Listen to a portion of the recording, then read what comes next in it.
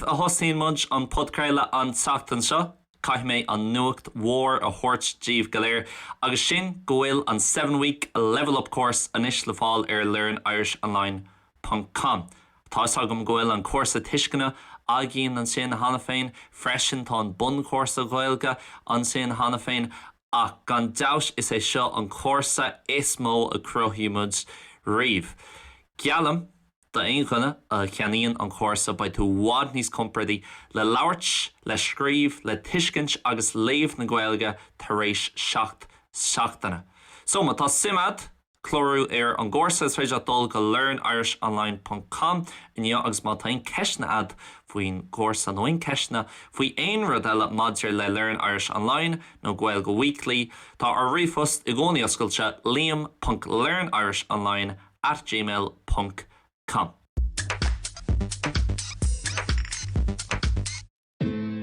You've been the best of times, you walk me through my darkest days.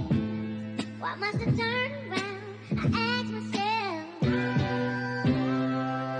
It's just ain't fair, so hard to bear. I'm not really sure these days. You walk me, you talk to me.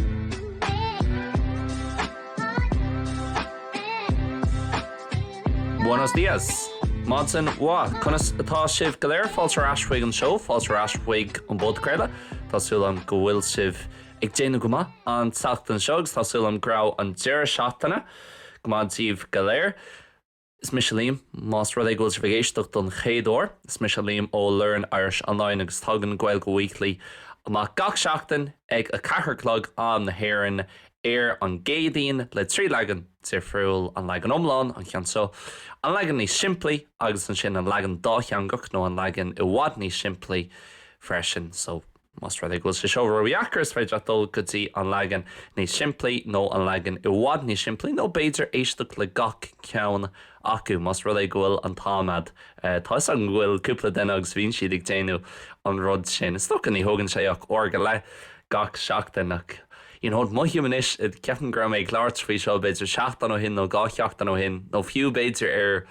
an tagran sa bhreis the bonus episode an teachtain scatsa a bhí thuas ar Patreon.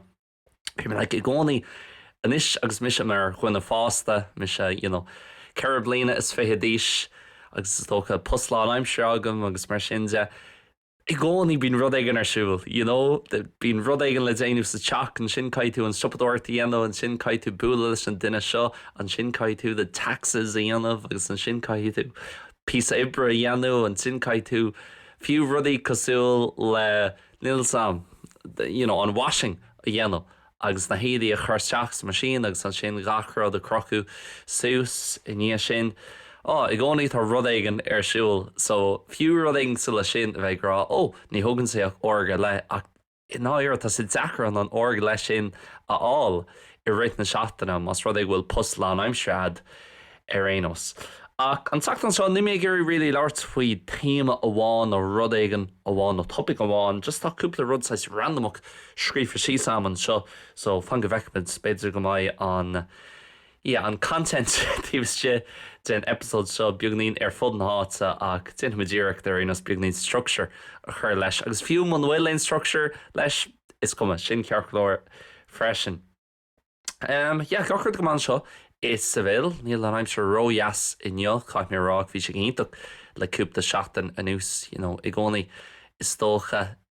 agus daoine ag smaoinne faoi aimsir na Spáine, bíonn daoine ag smaoinne faoin saoire agus faoi kick-off jazz agus kick-off te a bhíonn sé sa saoire. Ach actually,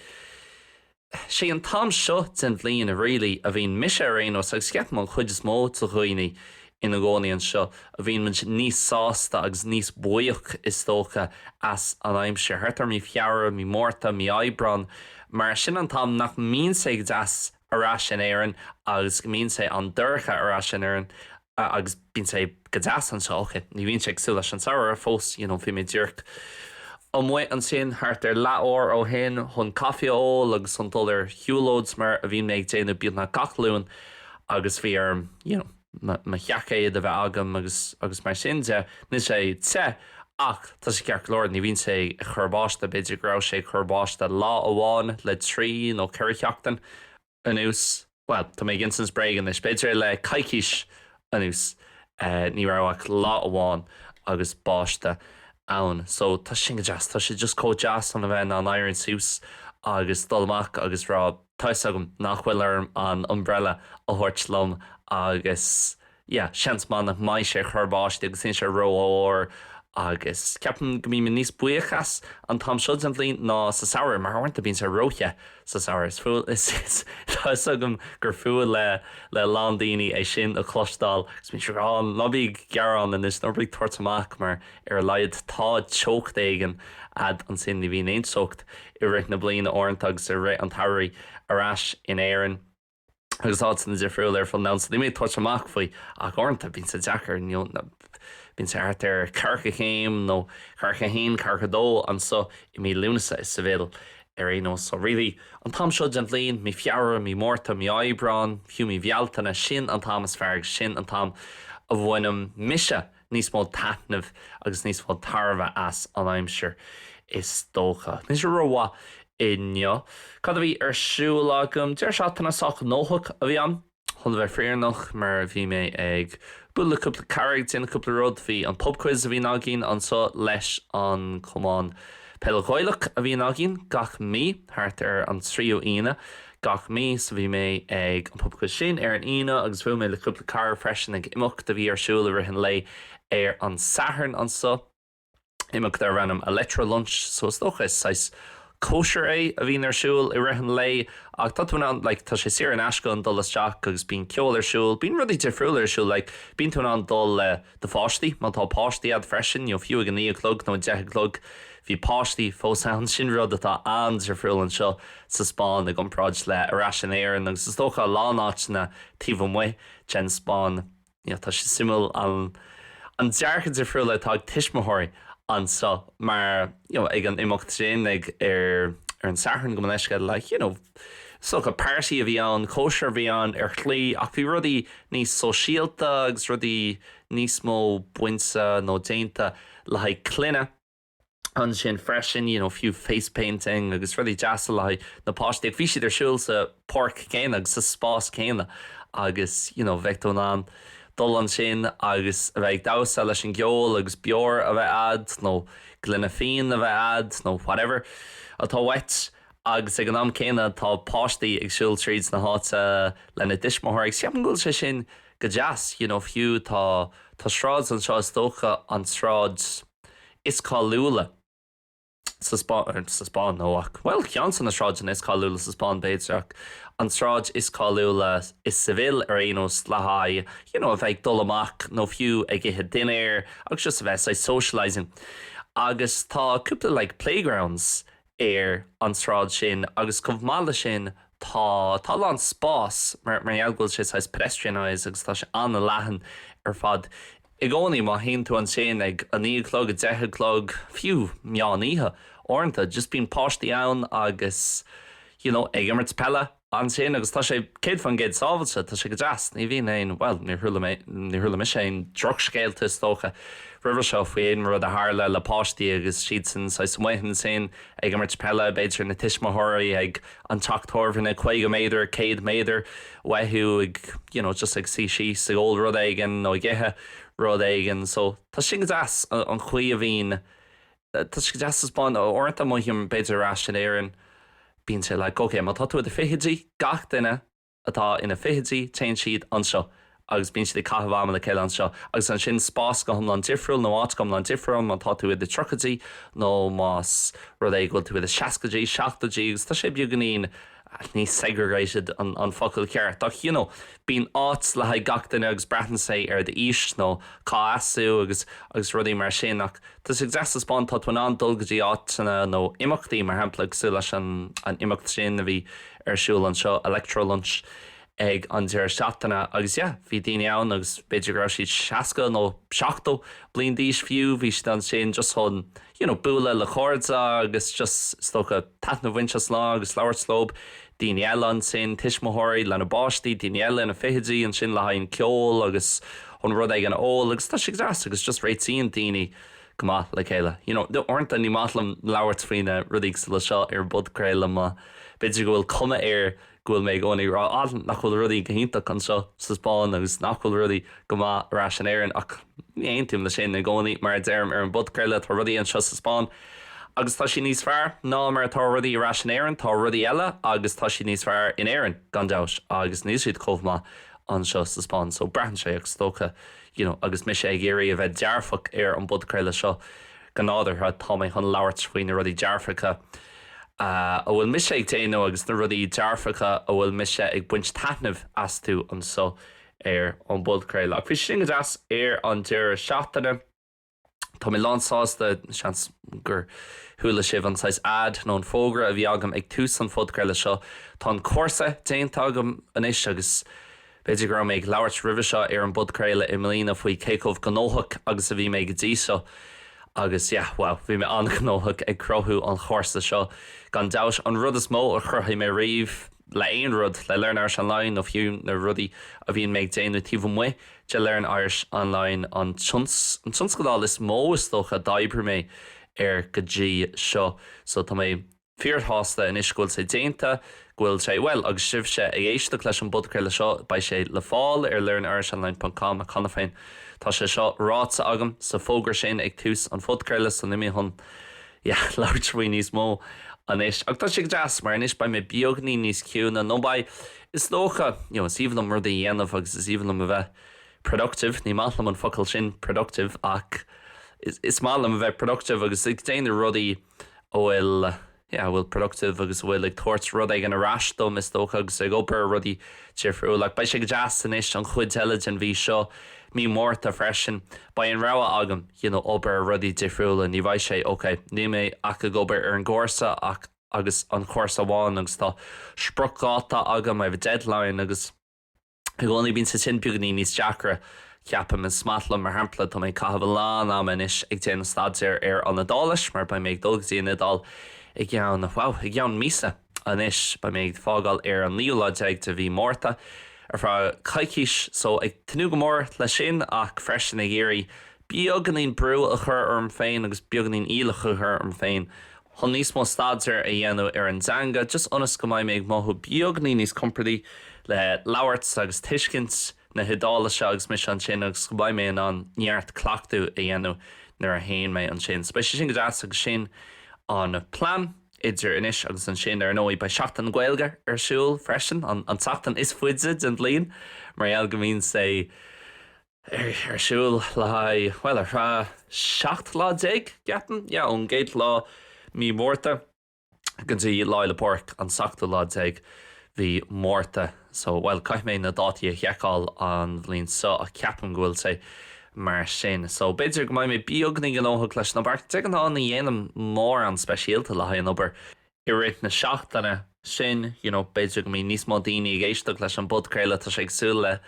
nar bhíon Wimbledon arsúil agus bíon gach den am ar na sráideanna nó na cuairtena ag immert ladóg is tócha bhín Spraoi sin nó fiú mátá an World Championships arsúil sa snooker mí Oibreán bhín gach den an sin hís ar fe beidir seachtainna nó cící seo tar éis na Championships bín Spraoi gach den agus bíon Spraoi gach den a chun an sport sin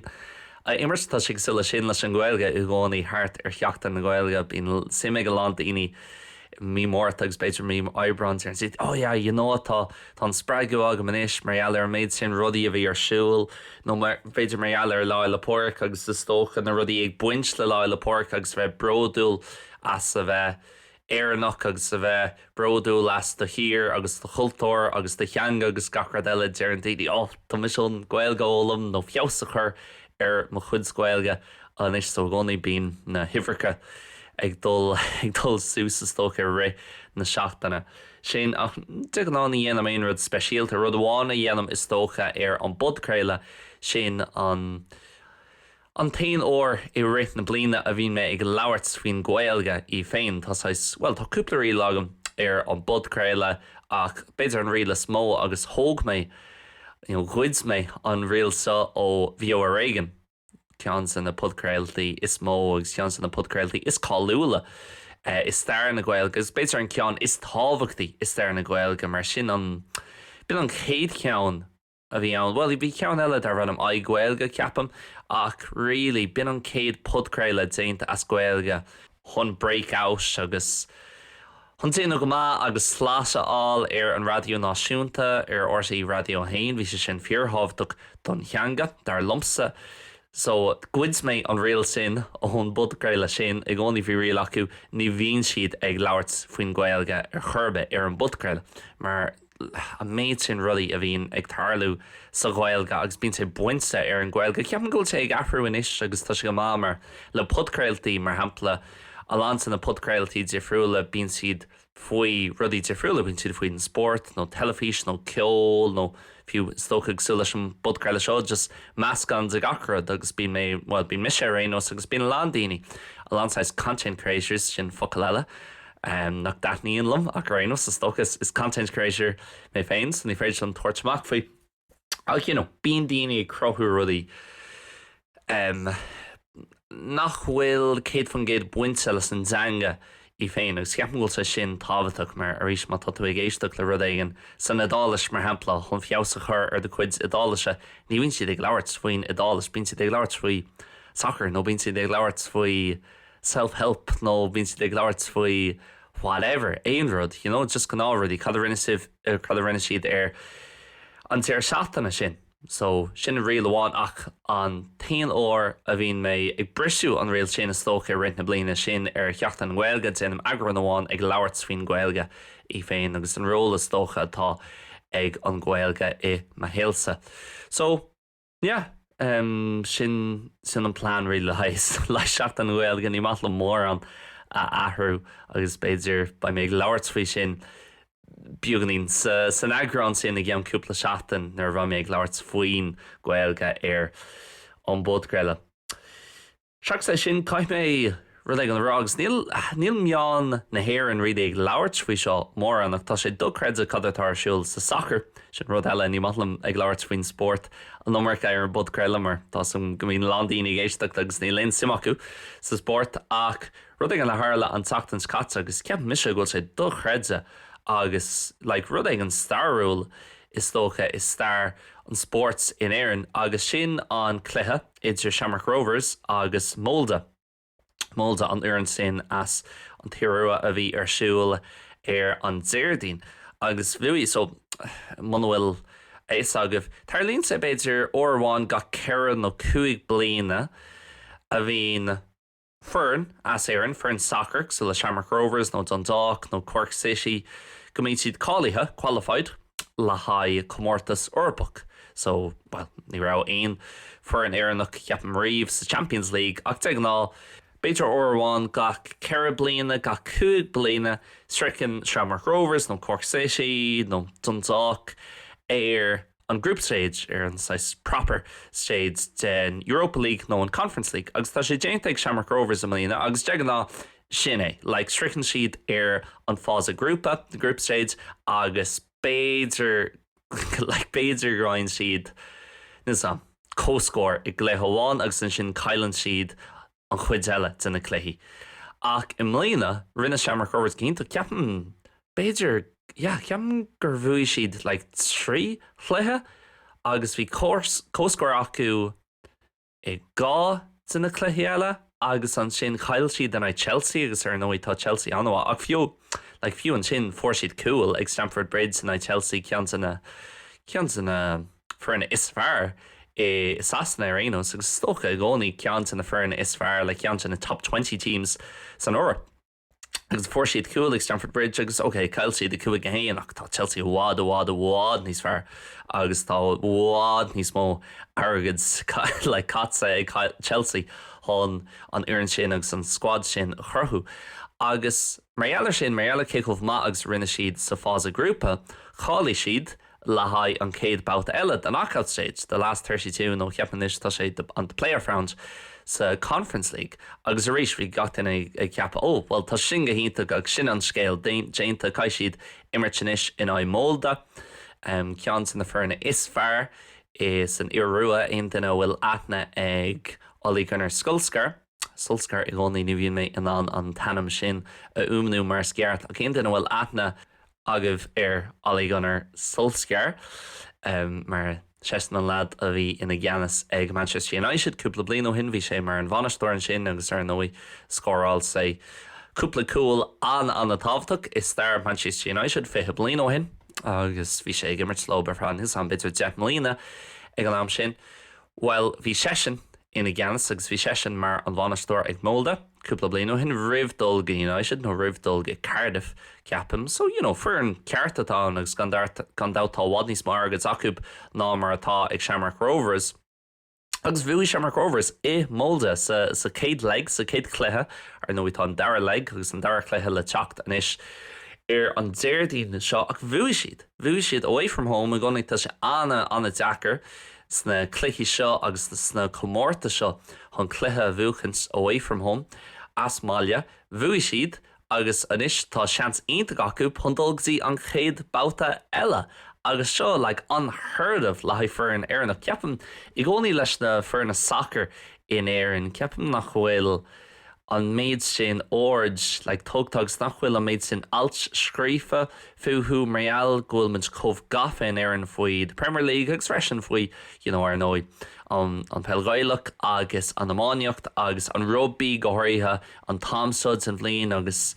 an na Six Nations ar siúil ach ceam bhfuil se seo go hinnta cean san ruí is fearr tá déanta riomh ag éon fear an éarnach in éon sport I hirirmse écht do chredsa níl aonanta na tháinig seo a dhéanamh arís le beidir 10 nó fiú 5 bliain I hirirmse agus níos sé déanta ag éon fear an ribh seo ceapam ar is nimí chéad fan géad cinint faoi sin ach ní ceapan ghfuil sé so bhí arm I gcónaí ceapan leis an budcréile seo I gceann 5 bliain 3 bliain ba sé simuléis de gras agus rá mar ceapan bhain pudcréile seo fós ann man bhfuil an dain scrista agus man bhfuil an idirlín scrista bain pudcréile fós le fáil I an fithe beidir tá mé sá cínsa nach mai mise fós a churmach episódí agus agránaí ag an am sin ba sé simú chun fécinn tráist agus rá hála an imimecht sin gábhils fithe dóg ní an pudcréile seo siúla gábhils fithe dó hála an imimecht seo gábhils fithe 3 nó gábhils fithe 5 an ra mé go leabhart faoin rud sin ar an teachtain sin hála sé nó an raibh sé tábhaach dom chun rá ar an budcréile méarla sin is matlam mar hálíonn mas rud ag go ar líon rud ag an mór sa Déanta si deas ceapan rud ag an rá faoi Uranus méall go mai min an fiú dom féin man bhfuil sé le aon den eile ba si deas dom féin fécans ráis ar an bud I gceann fé na tro bliain agus rá bhí sé sin simú na smuointí bhí agam faoi nó an rá sé tábhdom an rá sé Cóh tábhaach sin dom grámé I géirí leabhartfuoi agus grámé I géirí é a lua ar an budcréile. Ach mate le sport freisin bhí mé I caithh lánam tá sais randomach go ceapan gur luí mé ribhe ar an budcréile cúpla ó ribhe seo.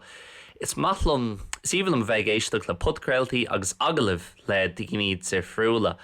Agus deaganá ní bhíon mé éisteach le pudcréile amháin agus gach episód a hagan amach sin pudcréile sin. Ach fáim gafa nó éiríam gafa le duine amháin agus bím ag éisteach le gach pudcréile ar ráisiad ribhe. So mar hampla beidir goil sim agam Tommy Tiernan agus ceapam sú le lándaoine tá sim agam Tommy Tiernan agus tá sé éisteach chun tá sé simú chun éisteacht leis is tócha agus tá an tíramí simúla aige cin sa ghfuil lándaoine agus nach daithníon Tommy Tiernan lob ar churbe ach domsa aonos tá sé simú agus tá an scéalta simúla agus lan scéalta granmhar ag a freisin ach tá dearcha simú aige freisin faoin saoil. An nó duine eile chu is smaoineh bhanis nó Gaeilge sin an tagart seachtainú le haid Oasis an tachtan seo is íomh am éisteach le nó Gaeilge agus éis an dearcha táige ar an saoil agus tá sean simú chun éisteach le aglah nó pudcréile atá déanta aige agus tá méid déanamh rud céanna faoi láthair le tá sé seosáis randomach mar níl mór an simagam I rugby ach beidir mé alghfuil na Six Nations ar siúil mar luí mé níos luúthe Tá méid smaoineh beagnaí is mó faoin rugby agus tá beagnaí simagam sa sport ag deaganá I réit na bliana ní bhín so tá méid gafanis le héisteacht le aglah le Ronan ó Gara so an flyhalf a bhí gimmert le haid ar an is an Semlína níos mó idir 2000 agus 2013 ceapam. So 3 bliana ag agus níos tá sé ina bhainneastóir ag La Rochelle fearn atá ag déanú go hanmha le cúpla bliain anuas agus rón nó gara an sin. Agus bíonn ag duine lán media stocha agus lán aglah le daoine difriúla go thuirthe le Off the Ball an show radio nó podcréile stocha ceapan gohfuil an dárad acu arás in éan. Agus, wow, tá rud an faoi, tá sé chomh simú chun éisteacht leis mar arís, ok, bíonn sé ag leabhartrín rugby agus tá beagán iad sim agam, nar bhíonn sé ag leabhartrín rugby agus fearna difriúla. Ach i gcónaí bíonn sé ag déanú ceangailt idir an rugby agus rudí eile sa saoil. Fiú más rud é ghfuil sé ag leabhart nó beidir curtir ceist cad ceapan tú nó cad rinne tú tar éis an caiilúint sin an ráhart smuoine faoi agus an ráhart rudí a athrú mar gur chail La Rochelle in áid Leinster nó an áid Perpignan agus beidir gonéarann sé. Well no, sa saoil mar Harlíonn rud éigen cos le sin nuair atá sé imí, ní féidir rud éigen dhéanamh faoi. Ok, beidir caiith tú an ceacht a ólam agus gaithí tú ag mothúnis go gaithí mé blas chuircaig dhéanamh is mar i mar gohfuil blas fíor chuircaig ag rónna nó gar ach na dhéanamh mar Harlíonn rud éigen cos le sin, ok, is féidir rud éigen ólam faoi ach an lá ar gion caiith tú move on mar dearfagus caiith tú bheith smuoine faoin géad rud eile agus bogur rá agus an ceacht a ólam ach an sin an ceacht sin a úsáid chun rudaí dhéanú níos fearr sa todhchaí agus gan a bheith déanú an botún céine sa todhchaí. So tá sé simú léisle leis agus bhfuil hin go mór in duine bhfuil simachú in éon rud gan náut tá simad sa rugby ceapan gúil sé ansimú chun éisteacht leis ach fiú bhfuil mór an simach sa rugby. Ní sam tá rudaí an faoi agus is íhanlumm an muoín atáige agus sesin ag leabhart tá charisma ag an je ne sais quoi beidir sin an focail is fearr mar go bhfuil sesin ag tréáil an sin agus gúil sé ina chónaí an sin le blianta sa rank tá je ne sais quoi agus tá ag buint fear taithna bheith éisteacht leis. So sean rud le ba mé gafa le éisteacht le rón nó gara ar fear cúpla seachtain agus an sin buci mé ráig duine go thomláin le tifriúil beidir duine as sail Formula 1 nó sin an tágart seachtainúil de Formula 1 nó beidir duine sa folaíocht in politics beidir duine an bhfuil buinte leis an Gaeilge tá crothú rudí sa Gaeilge le daoine randomacha agus tócha daoine bhfuil sim an go montú agus beidir an rud éigen atá sais in common ag gach duine bhfuil sim go montú déanaan siad a rud féin agus ní bhíonn siad ag éisteacht le daoine eile caiith tú éisteacht le daoine eile orintanta sé ach ní bhíonn siad gur bhfuil caiith mé seo a dhéanú margheall ghfuil an duine seo ag éirí orm an rud sa dhéanú teann si nó tá seo chun me héal hain áhairtálagus mar rud hain a dhéanú mar sin cad atá bhaim agus beidir sin an rud sais in common atá ag lán daoine a bhfuil sim agam antú. Ach bhí mé géisteach le sin just sam riise sin lom agus mi sé ag leabhart faoi Shamrock Rovers agus an sport an sin ach ní mór an rialaí eile ar siúil just mé ag siúil leis an teachtain seo beagnaí níos lú ibre a dhéanú agus rís orintanta nóir nach bhfuil orm an méid sin ibre a dhéanú actually déanam níos mó ibre mar níl sam nuair dearann tú ok, caiith mé seo dhéanamh caiith mé an chóirsa seo a críicnú mar hampla tá tú gcóna ag obair agus beidir margheall go bhfuil tú ag chur íle chuirt féin níl tú ag buint san méid sin taithnamhas ach an sin nuair atá beagnaí níos má saoirseád agus sé an tócha má tá mé géirí 5 nó 6 óir san obair dhéanamh neo tá mé ná má bhfuil mé géirí ní chaithí mé níl sam orintanta nuair atá an tíirse sin actually déanam níos mó ibre mar tá mé ná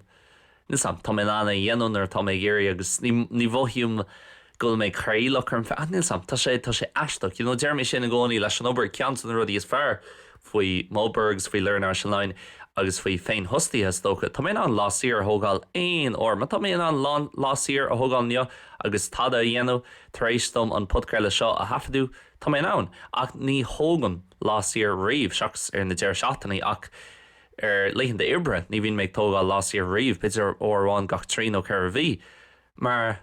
just níl sam nuair atá i gcónaí bíon daoine a géirí an tíirse sin ach nuair atá sé ad ceapan go níos mó seans actually go leanhí tú rá agus gnéonhí tú níos mó ibre an hiilsam cin fá go mí sé mar sin is tócha taníam mo chuid zibre agus taníam a fostlóm sa beidir goil sin níos éasca marall sin. A chuirna skipan gro sé sin cearclór beaglín randomach seamarc Rovers Ronan O'Gara. Bhí mé gurí láirt faoi language levels freisin, nar bhíon daine ag láirt faoi A1, A2, B1, B2, C1, C2 agus na levelacha difriúla go tamán. Buint amach is tócha agus na scrúdaithe difriúla leis na teanga agus bhí mé chun láirt beaglín faoi nach dhaoine an system an choras sin go mórlam ar churbe agus na ceapan gur scamatán am tócha go sé úsáide go ceapan go féidir leis an choras sin a bheith bhád níos fearr sa beidir go le Rómé faoi sin fiú beidir ar seat an Gaeilge le Rómé faoi sin agus na language levels agus ma hiar mé faoi cheangacha a ólam agus is tócha tá sé ráta go hána féin an chuí is fearr chun teanga a ólam i mar hiarm se ach beidir má chuid tíirmaí faoi teanga agus chunas go féidir leat tana bhhaint as teanga a ólam agus is cuma cén level atá ná tana bhhaint as ar aonos ach beidir gur é sin topic le haid lá éigen eile. Ach sin égus tásúlam gur rinn sibh taitnamh as an budcréile mars gannách má tatú gurí a bheith deagháil lom is féidir leat rifos gur chuigam ag liam.learnirishonline @gmail.com nó fiú tatú an teachtacht a chur chuigam ar Learn Irish Online ar Instagram nó Facebook, Instagram níos fearr. Míle buchas guys le romilih an teachtan seogan sláán agus bannacht.